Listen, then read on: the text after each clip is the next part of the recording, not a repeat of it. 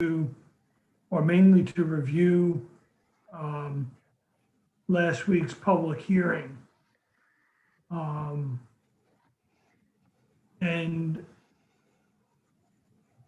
I don't think that he really had a lot. The only thing, Janelle, I had sent you an email about it. Yes. I think an additional graphic might be helpful to show, and this was, the main meaningful comment I got from it was the concern over height and whether the existing height, 34 feet on the beach, was going to be a limitation. And Janelle, you had done all that research way back 6 months ago, a year ago, showing that with the current proposed base flood elevations, we still have adequate room to the 34 feet. Yes. And I've also been asked to look at surrounding building heights for surrounding towns. And the only one taller than Lewis is Rehoboth Beach at 35. Everybody else is under, is like 31, 32, 30. And they also measure height a little bit differently. And the only other place would be the county. Correct. Because the county's, was it 40 in the? It's 40. Yeah, 40 feet, yeah. Of course, they're not a beach. What the county does and what we do here in Lewis, I mean, I don't know that we necessarily have to do what the county does just because the county's doing it. No, I think it was just, I was just asked to get examples.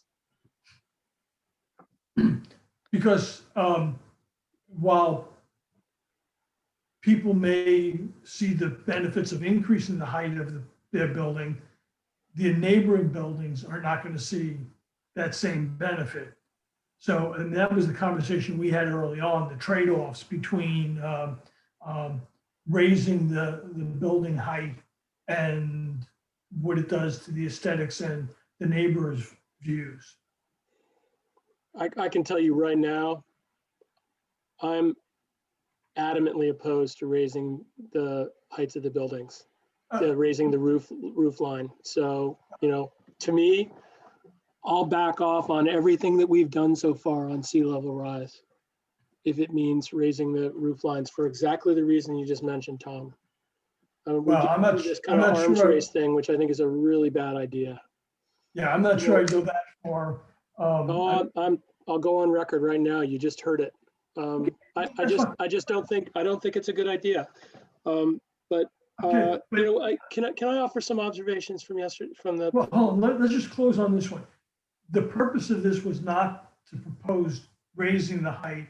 It was to have a graphic to demonstrate that there's no need to and the impact. Okay. So I think it was Cole Flickinger made a comment about roof pitches related to heights, and I think there's probably some reason to consider what he was saying there. I mean, he made some excellent points in his comments, some of which have been in my mind ever since. But there is a trade-off as we actually, no, I'll just say,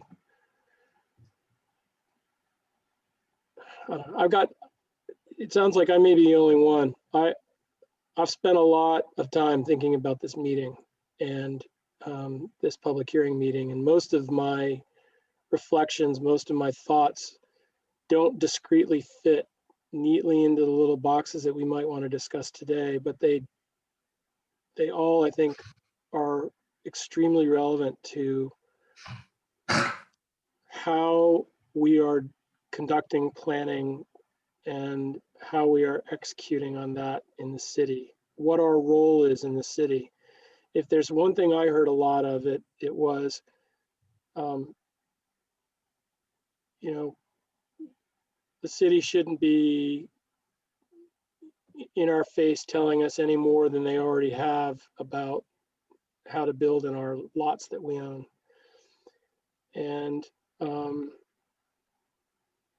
you know, that whole calculation about side yard setbacks and front yard setbacks and rear setbacks and impervious surface. I think so many of the things that I heard the other day speak to the importance of, as we are doing planning work, we need to keep all of the pieces in mind. The more that we reduce our discussions to focus on one specific problem at a time, we may very well create rules that end up being at cross purposes with others. It's super important that we keep in mind that, you know, these landowners, they're focused on a geography that might be 50 by 100 feet or 60 by 145 or whatever the figure might be. And all of the rules that we have come to play, come to bear on them, you know, as they're trying to do whatever it is that they want to do.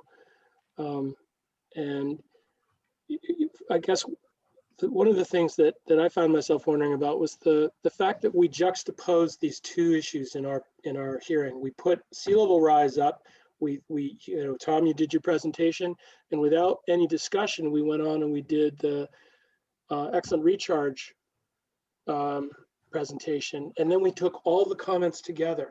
So without there being any coordination between those committees, we then had all this mess of stuff that came at us. And one of the things that became really clear to me is something that Cole Flickinger brought up, and it's a question I asked long ago, whether it was in planning or whether it was in sea level rise, and that had to do with the depth of water over on the beach side.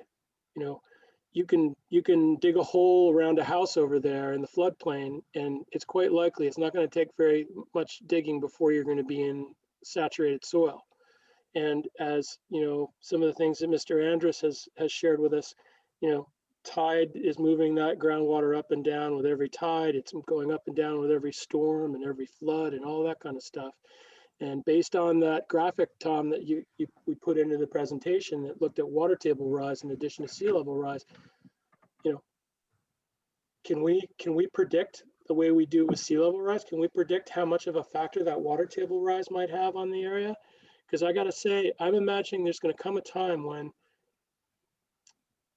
with the water table rise, we're going to basically have an impervious situation over there. No matter how much infiltration we might like to have, there isn't going to be any way for the water to go into the ground because there's going to be nothing but water in the ground. Now, Brent, I've been thinking about you all weekend, wondering how you'd respond to that. But you know, it seems to me that the whole key, based on what I understand with stormwater planning, is if, in order to do an infiltration practice, you need to have a certain amount of unsaturated soil that's able to accommodate whatever water you want to have infiltrate into that soil. When the water is right there underneath the surface of the soil, you don't really have much room to put water in the ground. So when I look at these two issues that we presented, basically one after the other, one of the major issues is stormwater. And I'm just wondering if looking at both of these things through the lens of stormwater, whether there are changes we want to make before we make declarations on Wednesday. So I've just thrown a lot of stuff out there. I got a lot more, but I'm curious what you had to say about that. Well, I mean, I still think the only way of attacking this is to do it individually. And there is going to need to be a harmonization as we move forward. But if we try to tackle the entirety of all of these sections together, we will be years in the making, and we're not going to get buy-in. So I still feel strongly that the approach of breaking this up into wetlands, source water protection, sea level rise, I know I'm missing one, I can't remember, you know, is the right way of going. I do agree that, you know, they are going to need to be harmonized at some point, and we need to make sure that as we're going on each individual one, we don't negate what the other groups are doing.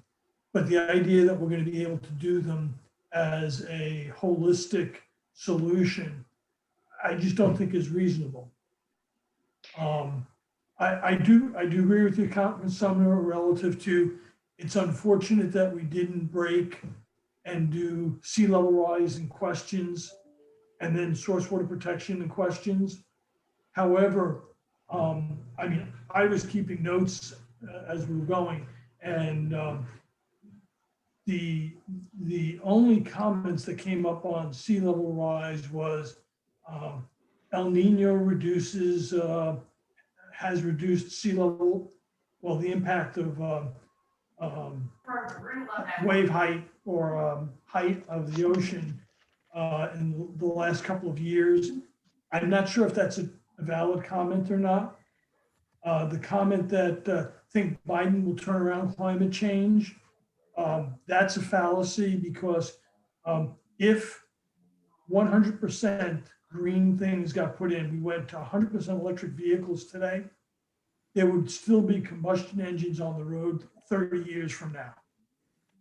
And you just can't turn the economy of the environment on a dime.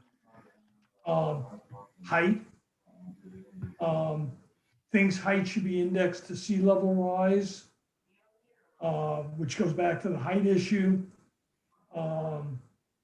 There was, Dennis Reardon had a comment about BMPs versus quality and quantity, which I think, you know. That was more of the excellent recharge area. It falls into the sea level rise. Again, that's where they kind of play off each other. Right.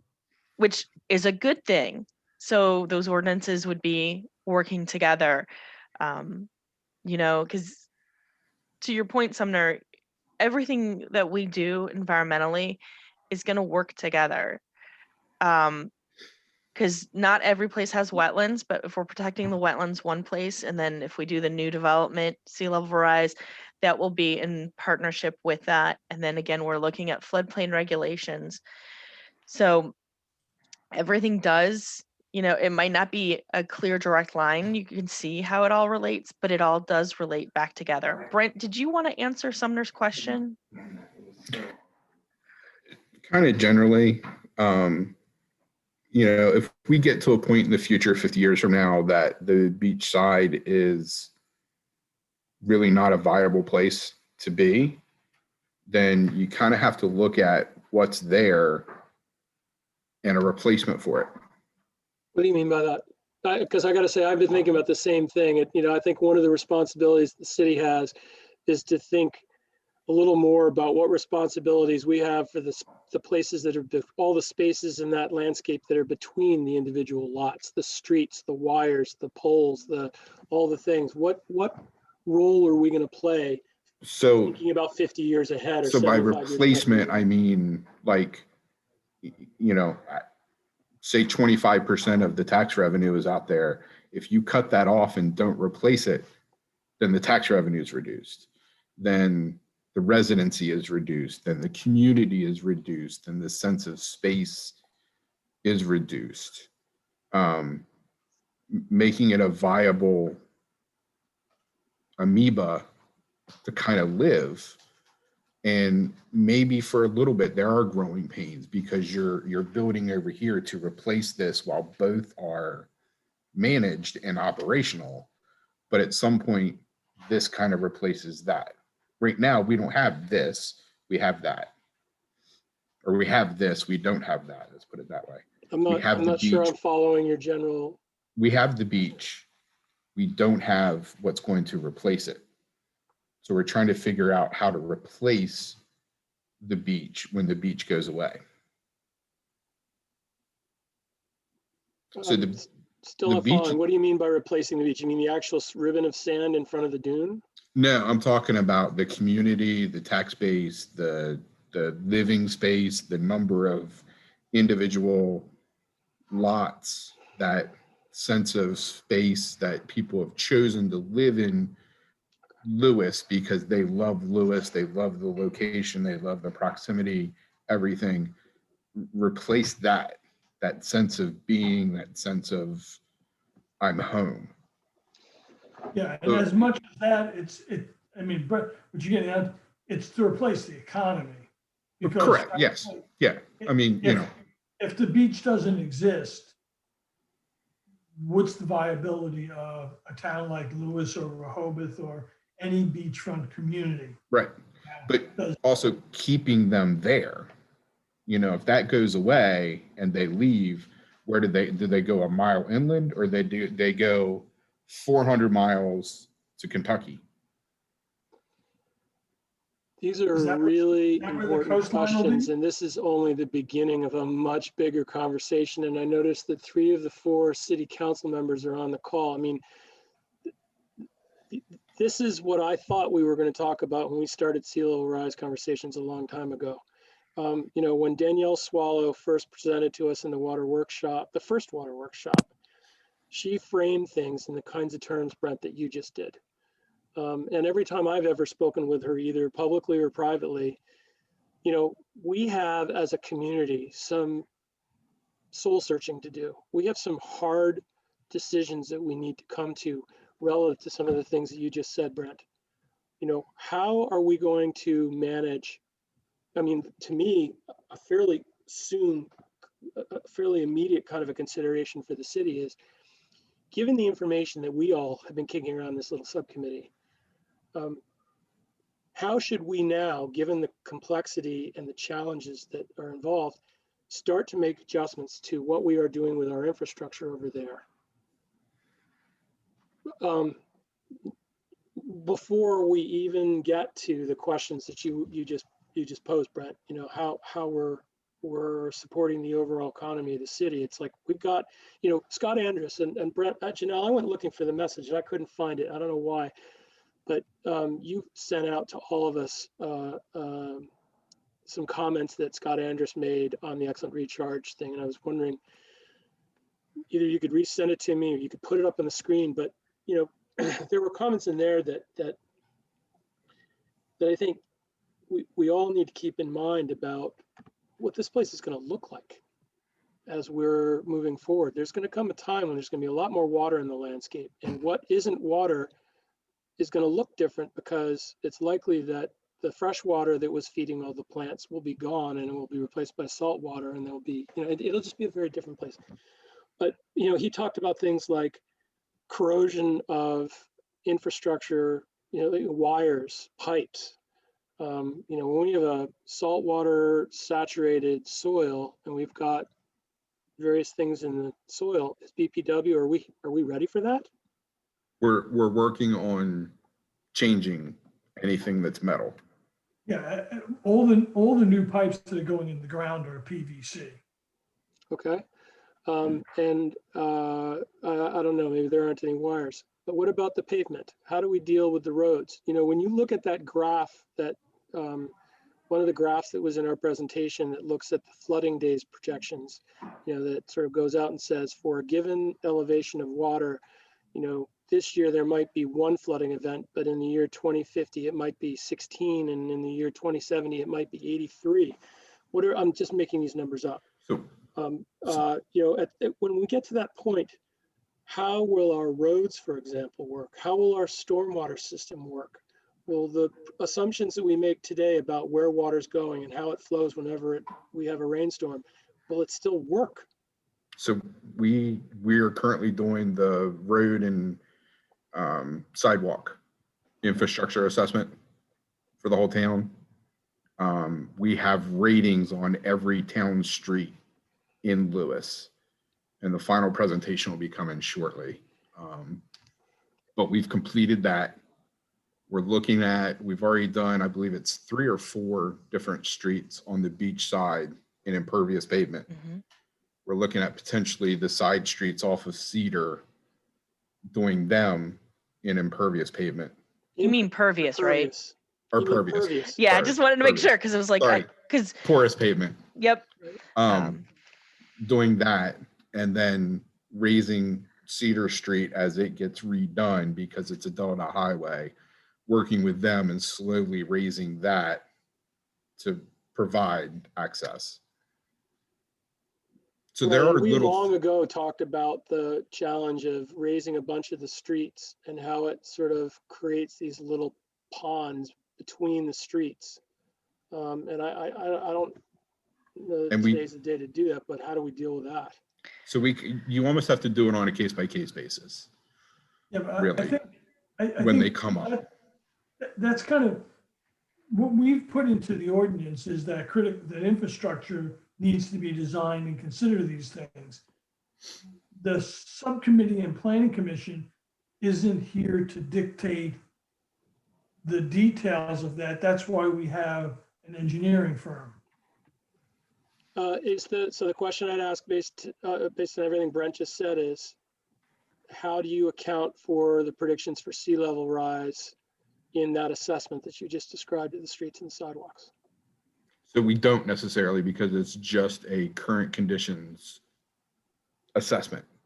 We can't So- assess it underwater with travel because we don't know what the future is going to look like. But I'm gonna guess when they determine that road needs to be redone, and in certain areas, they could consider sea level rise as an impact when they have to relook at that road. So it's like right a now- parking requirement. You know, Yeah. if you build a restaurant, you have X number of spaces required. You can put them wherever you want on that site. You can put them, 3 wide, 20 deep. You can put them 20 wide, 3 deep. It's up to the engineer to figure out how to utilize it best for that site. So what we're doing now is we're putting forth how to address these things in the future. And then the engineer figures out how to best manage that for that specific location. So right now they're looking at the 50,000 square foot level, and when they need to look at replacing that road or redoing it, they'll look at the more detailed level and include sea level rise. So I'm getting, from what I've heard is, and we've talked about it because I'm going to bring us back to the ordinance and building height. We didn't want to change because that was discussed a number of times. I know you have concerns about the groundwater coming up, which I understand, but right now, if we can get more water going through the ground instead of running off into the streets, the canal, and the bay, that helps not just with sea level rise, but it also helps with the excellent recharge, which is some of it's part of this, some of it's not part of this. It also helps slow some of that impact that we're going to start seeing because we're giving the water a place to go. So, 50 Janelle, years just- from now, we might have to relook at this and come up with different alternatives. Completely understand. I totally agree with what you just said. I mean, it may be this way right now. I guess one of the things that I found myself thinking, having listened to both of the presentations together and listened to the comments all together, was I found myself thinking we should be doing more to reduce the overall impervious coverage everywhere, regardless of whether we're in the impervious cover or not. This is something Tom West was always talking about back when he was here. And I always was like, I gave the same comment that I made earlier about, and what Cole Flickinger did. Well, but if you only go down so far, there's not much room for water, which speaks to, if we know the water table is rising, if we know that the sea level is rising, we should be doing everything we can to reduce the flooding potential based on impervious cover everywhere over there. That's at least the way my simple mind works. So on the action plan, there is actually a comment about looking at impervious surface coverage, and that's just not in the excellent recharge. It's not in sea level rise. It's holistically citywide, because we're at 50% for the house and 65% for the entire lot. As I was looking at building heights for surrounding areas, the max that I could find for lot coverage was 40%. So yeah, I don't know that I buy that. I've looked at an impervious cover layer that the state has. no. That's a completely different kind of layer that says what's already covered by impervious surface. This is about how much we allow. So if we can shrink some of that back, especially in our environmentally sensitive areas, which is our sea level rise. Where again, we already know we have flooding in certain areas. Canary Creek, we got flooding, and in the beach, we got flooding. So we know we need to raise the buildings up because water is going to come in. But if for right now, we need to help get that water back in and down, that would be helpful.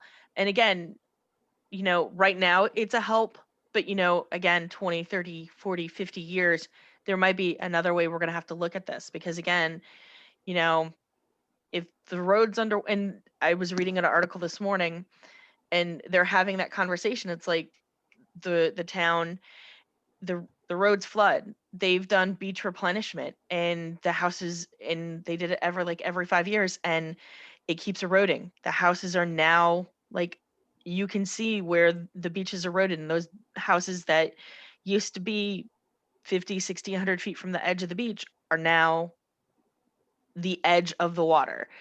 So again, we're looking at sea level rise, recognizing that it's coming in. We've already addressed the fact that if you're getting substantial improvement or substantial damage twice, you're not rebuilding that house. I think it was substantial damage because we recognize, how do we protect the resource while also protecting the property owners and a number of other items, because if we keep allowing things to build and build and build, um, um, at the same rate and the same lot coverage, it's like, how are we helping? So I think what we're trying to do now is how do we help? Maybe it's baby steps. I think we're taking some steps. I think the height is really good because we also had somebody we weren't using, they actually recommended we use the extreme limit, not the intermediate limit of sea level rise, which again, you can do. But I think right now it's what can we do now to help start to stop the impact we're seeing, knowing that we won't be able to solve the entire problem, but we're lessening the impact. Janelle, I can't argue with any of that. The most immediate needs, the most immediate pressures are the things that we need to work on the most. But I have to say that since we started this committee, one of the analogies that I've come up with, and I think it's relevant to everything you just said, as planners, we have to be looking out. We shouldn't be looking at our feet at what's going on right now. Sure, we need to acknowledge that. We need to understand that. We need to do everything we can to protect things today in the present. But as planners, our purpose should be to be looking up at the horizon, looking out toward the future, and making those modifications in expectations on how things are done, making commitments on what we're doing based on where we see we're going and what we expect to be the situation down the line, so that when we get there, that's the whole point of resiliency planning. When we get there, we will have prevented the damage that otherwise would have occurred. And so I constantly struggle with just attending to what we're doing right now, just looking at today's floodplain when we look at the geography that matters. And I don't remember what you said now, but you said something in there about we need to protect things when we're planning, and I totally agree with that. We need to be using every available source of information. And we presented, I'm not sure everybody got what we presented. We presented a lot of really good information the other day.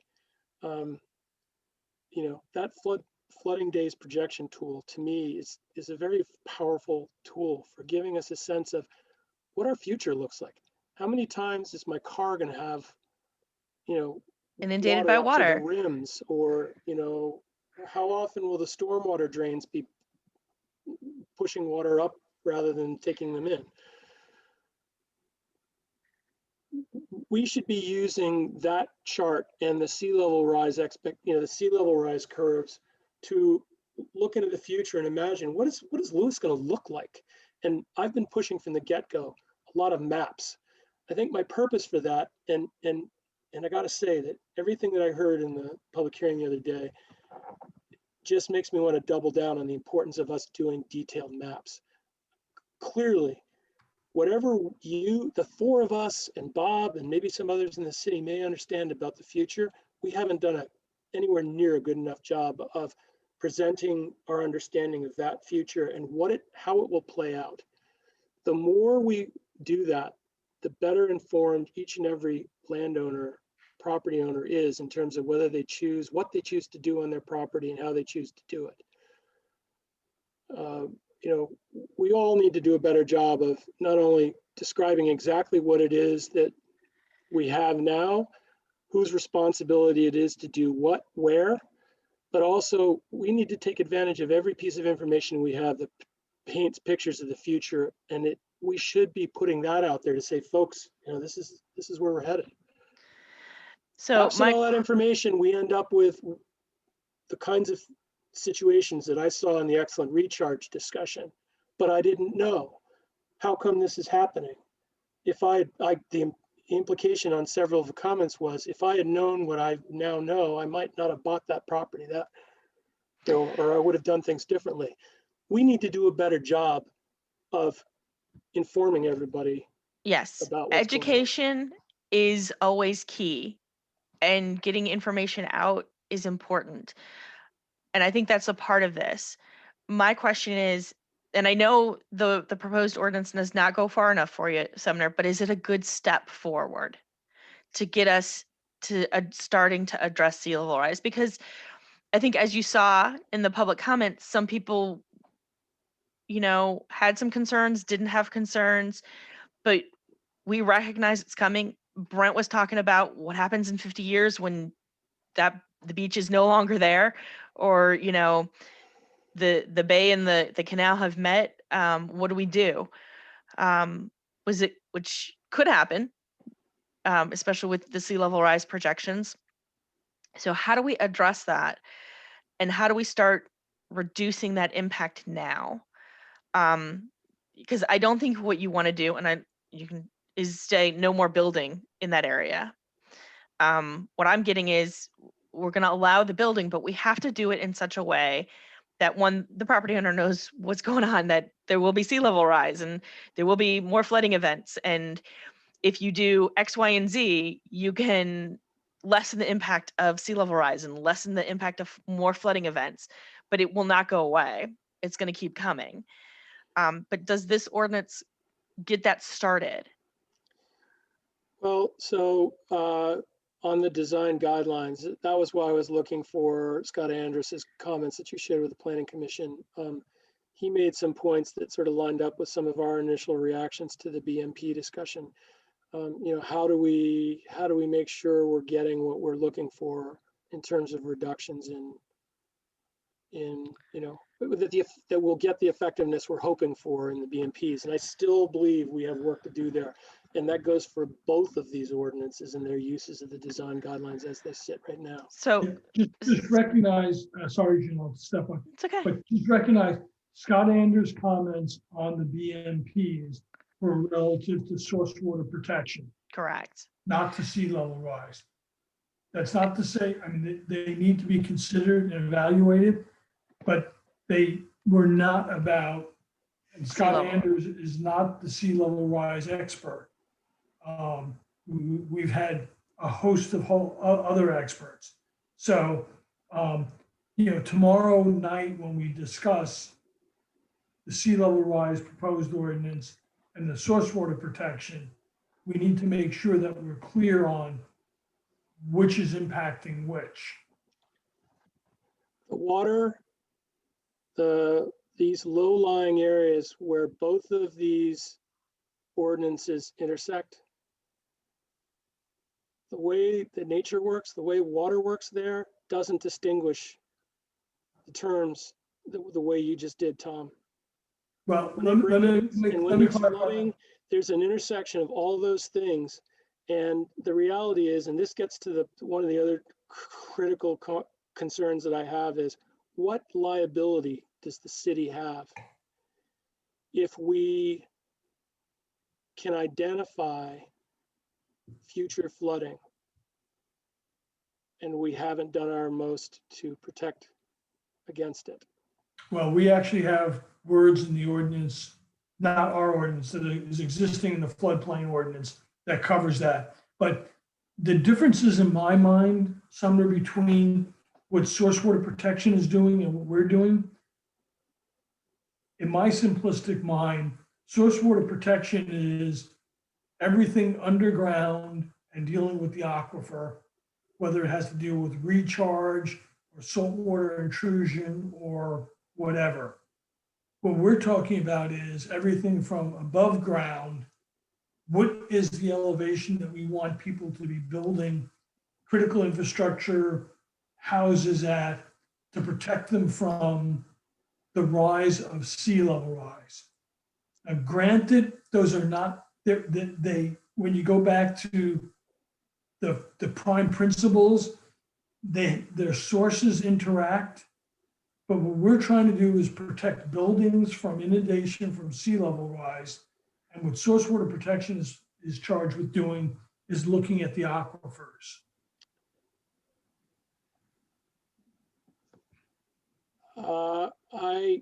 I think you all know how I feel about these lines that we've drawn.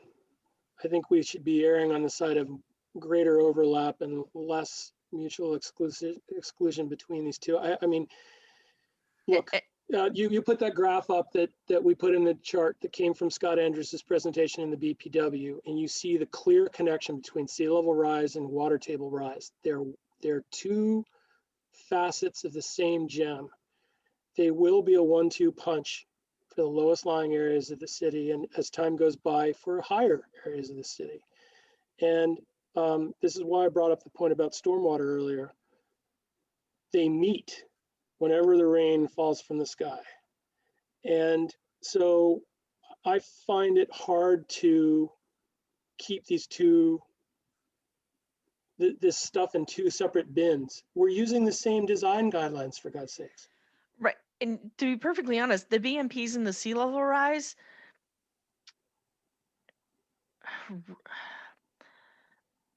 what they're doing there is really helping kind of the water quality, quantity, and reducing. It has less to do with sea level rise and more to do with flooding and stormwater management than sea level rise.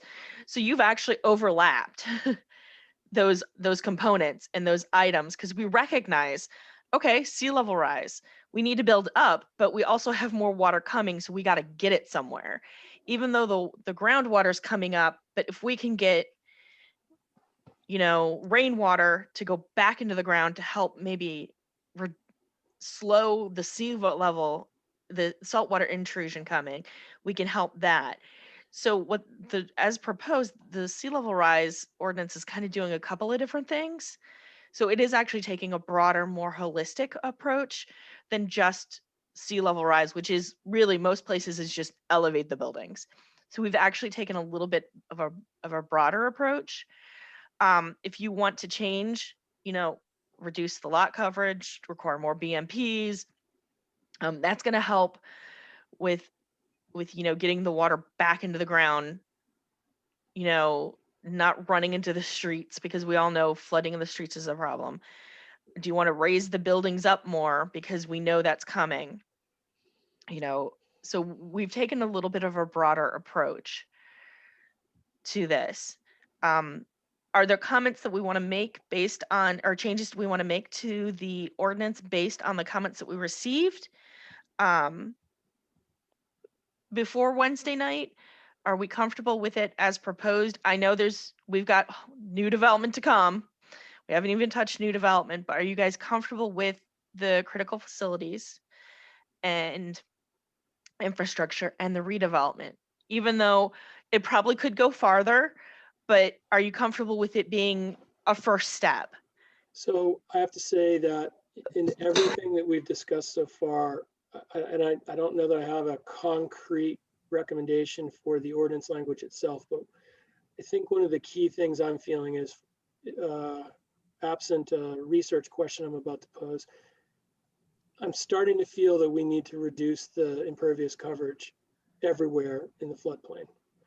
I can't back that up with anything. Given everything you just said, Janelle, the thing that comes to mind is, could we evaluate today how much room we have in the soil to accommodate infiltration? No. Because I think we're relying on hope, a little too much hope and a little less reality here. So I'm not sure there's enough room to handle the kind of water that's already flowing through that landscape now. there's also, and you've heard me say this before, that chart tends to be taken as prescriptive. So 15 years ago on the Eastern Shore, our groundwater table was at a 100-year low. And now, in the past couple of years, because of rainfall, 2 years ago, 3 years ago, we got double the annual rainfall event or average. We're at a high water table. The thing with climate change is we go through wet, we go through dry. In 15 years, we could see another low groundwater table. It's possible. It's possible it could be higher than it is today. All signs point to sea level rise, water table rise. All signs point to that.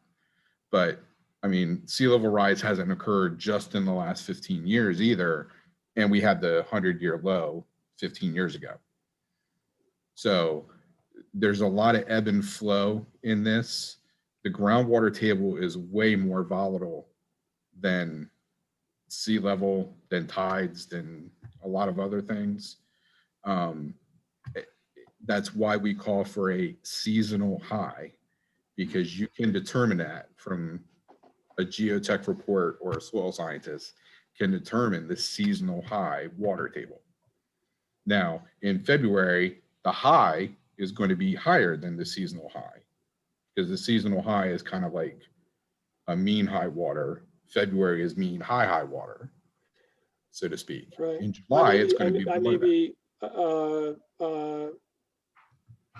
Right. So we had in our presentation a very detailed graph of the historical level of water tracked at the NOAA station, the Lewis data station. And you see, I'm going to try to draw it on my screen. You see this kind of thing. It goes up and down, but it's like a stock market curve, right? There's multiple scales of ups and downs, but the trend still was up. Right. I assume, based on the presentation that Scott Andrews made to BPW, that will also be true with groundwater. That ultimately there may be lows, but through time the lows will be higher than they were before, and the highest highs will be higher than they were before. Ultimately everything is shifting upward. Yeah, sure. There's no way to predict the exact depth of the groundwater in any point in time or for any period of time. I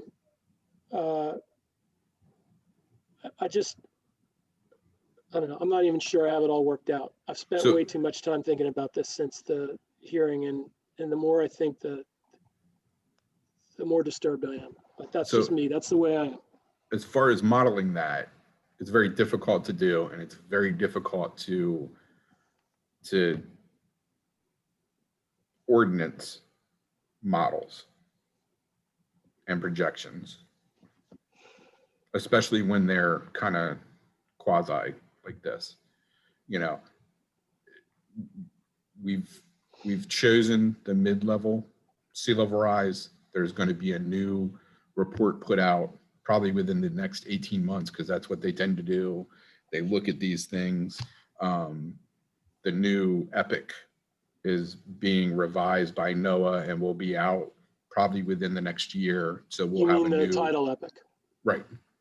We'll have a new mean sea level, a new mean high water. All that information is going to get updated through time based on data. So you can kind of see what has occurred and what very recently occurred.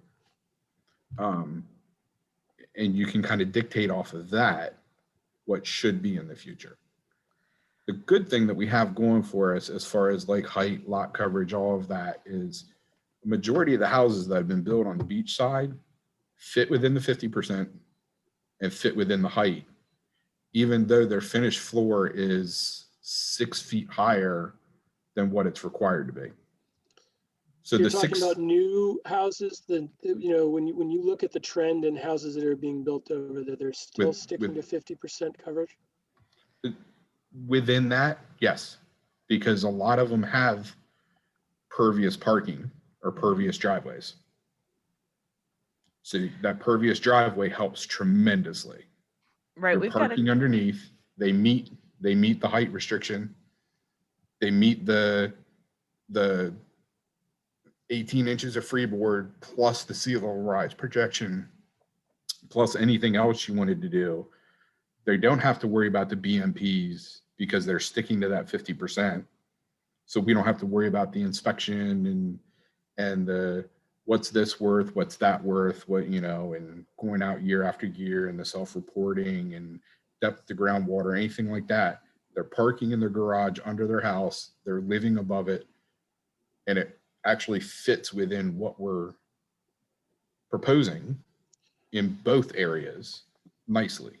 Should we be, given everything that we've learned based on the presentations that were made the other day, based on everything we've been talking about, should we be specifying pervious driveways So 100% of the time? personally, I like that idea because it's a very easy way to gain back a large chunk of the lot. If you've got a 20-foot setback, you've got that first 20 feet by 20 feet, you've got 400 feet, boom, done. Yeah. I like that idea. It doesn't always go over well with homeowner rights. So if they want to pave it, then they're going to have to give up something else or come back. Yeah, I think you have to be careful there on, if they can meet it in some other means and they want to do that. It's a being very quick prescriptive, way yeah. to meet it, right. but I'm not I- sure about dictating it. Yeah, I had a How- conversation with a property owner last week who's trying to figure the lot coverage out, and he was like, I'll do it, but I don't like it. It's like, if I have to do a stone driveway, but he was like, I don't really want to. I want my concrete driveway. Yeah. And So, I mean, there's age, there's ADA, there's all sorts of things at play in there that kind of throw a monkey wrench in it. So, and one of the things, and we debated this years ago, just the fact, because Robin had made a statement at the meeting last week that shell driveways are pervious. And that's not the commonly accepted industry standard. Because when you grind in even a stone driveway, if you put stone dust down, that's basically impervious. You mean like And- millings? A shell driveway, once you've got a couple of years on there, you've ground that into calcium, you basically got an impervious driveway. It's one of the problems with shell, but according to DENREC, it checks the box.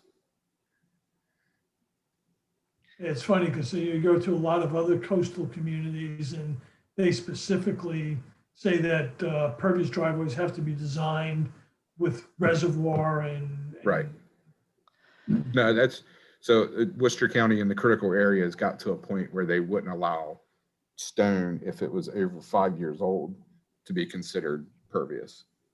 And again, as part of the ordinance, is if you want to get to that 60% and you want to do, you've got to provide that engineering information if you're going to do pervious pavement for a pervious driveway to make sure that you're getting that offset.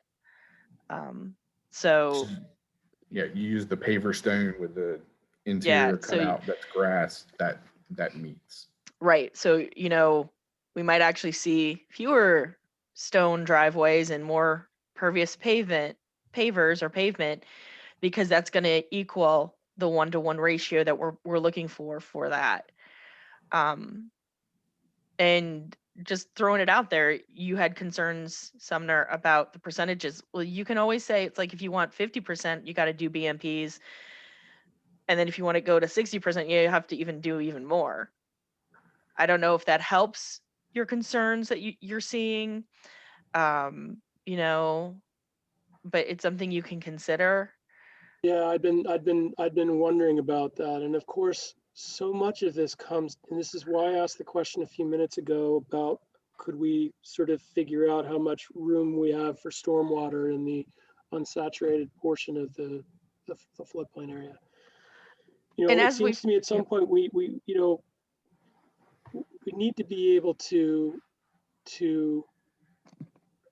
say with some confidence, you know, but we have to be able to say why we're doing what we're doing and why we're specifying these numbers, whatever the number may be, 50, 65, 35, 25, whatever those numbers are, there has to be a reason. And if there's one thing I felt on the call, on the public hearing the other day, it's that maybe I was reading too much into it, but I think people kind of see some of what we've done and what the state has asked us to do as sort of arbitrary. And that says to me, we just haven't done a good enough job of explaining why our numbers are the way they are. And getting right to what you're saying, Janelle, yeah, I mean, my intuition would be my heart wants to move toward lower percent cover. I don't know absolutely what that number should be, but I believe a lower number is better than a higher number. And that was why I kind of wanted to get at the calculation, because you know, one of the really enlightening parts of the third water workshop that Tom put together was the piece about precipitation and all that said. And to me, that when I heard that part of the workshop, it just said to me, we've got more to do with stormwater. We've got more to do with impervious cover in this area. And it's really inconvenient, but all of these things come together, particularly in this geography that is the beach zone with the lowest elevations where the floodplain is. You know, it's also in the other low-lying areas. And I hope that in our new division, our new development part, we will do everything we can to look forward and look farther out and prevent things from happening so that we aren't having all these problems of, you know, what we're seeing over here. I mean, you know, I got to say, one of the first things that I found myself thinking about after the public hearing the other day was, if planners like us were looking 50 or 100 years into the future, would we have drawn the lines on the island that exists between the canal and the beach and said, yeah, let's put a bunch of houses over here? In the very least, I hope that as planners, we will do everything we can to prevent future flooding, future conflicts between water and dry land by doing everything we can to keep some of the mess that we have over on the beach from happening again, over and over again into the future as we bring more houses, you know, as we subdivide further lots. And again, I think just a question, I've lost track of it. One of the items that's on our action item list and we've talked about for years now is the update from the hydrology report. Did the city actually budget for that in this year? You're saying the AECOM report? Yeah. I'm not aware of that being budgeted No, not the specifically. AECOM, the Betsy Hicks report. Yeah, that was AECOM. Oh yeah, I'm Betsy sorry. Hicks. Yeah, I'm Yeah. not aware of that specifically being budgeted. Because that's something that's critical to the issue that Sumner just brought up, and also to, you know, our bigger, you know, role as the planning commission in subdivision. So. Right. So I'm going to bring us all the way back. Is how are we feeling about the ordinance going forward? From what we heard, we don't want to mess with building height because we've discussed that many a times in the subcommittee, and that's what I'm getting from us, is from you guys, is we don't want to mess with the building height. Maybe we want to tweak the lot coverage percentage, maybe not. But from what I'm gathering is this seems to be a good first step to addressing the concerns we've noticed. I'm comfortable with where we're at right now and going to planning commission tomorrow and getting our peers' comments and seeing what they think. I mean, that's the key next step is, does planning commission think we're off the track or on the right basis? Because in my mind, I think the sooner we can get this portion on the books, the better off we are as a stepping stone. Okay. And just for all those who are listening, planning commission is Wednesday, not tomorrow. Because today is Monday. If it was Tuesday, that would be awesome, but today is Monday. So I just want to confirm that agenda. Tom is springing really far ahead. Yeah, that agenda includes, we're going to be discussing Verdon as well as the 2 public hearings that happened last week? Correct. Okay. We have a big There's a lot agenda. of old business. There's only one item of new business, but it's a lot of old business, and that includes both ordinances. So I look forward to hearing what all the other planning commission members have to say about what we're putting forward. I mean, you know, for all the stuff that I've expressed here, there are more general comments. They're for, you know, partially for us to consider, but partially for others to consider. You know, I'm never going to be 100% comfortable with all this, but I think we've got the best that we can do for right now. I'm really looking forward to seeing what the planning commission has to say, given what we all heard the other night. now, do we want to hold off on scheduling a next meeting, or do we want to look at scheduling a next meeting to like either get into new development or get to amend comments back from the planning commission? Yeah, let's put the next one on the book so that I agree with that. So 2 weeks would be the 29th. 3 weeks would be April 5th. Are we good with Mondays? I think we were meeting Wednesdays, but I'm fine with the 29th. I'm okay. I've got a webinar at 3 o'clock. so is 10 o'clock on Monday. you want 10 or 11? What works best for everyone? I'm fine with either of those. Brent, are you good? I'm good. Okay. Is there anything on the city calendar? Not that I'm aware of. Triple No. checking. It's open that day. Yeah. So maybe Usually we- Mondays Bob- during the day. So if there's any issues, I will let you know. Yeah, see what Bob has to say. I will. That sounds good. So we're going to meet on the 29th. Yes. All right. Okay. There's nothing else. Everybody have a great rest of your day. Thank you. Thank you. Take care, I'm everyone. sorry I'm so long-winded about this stuff. I just want to make sure that what we're doing makes sense in the bigger picture.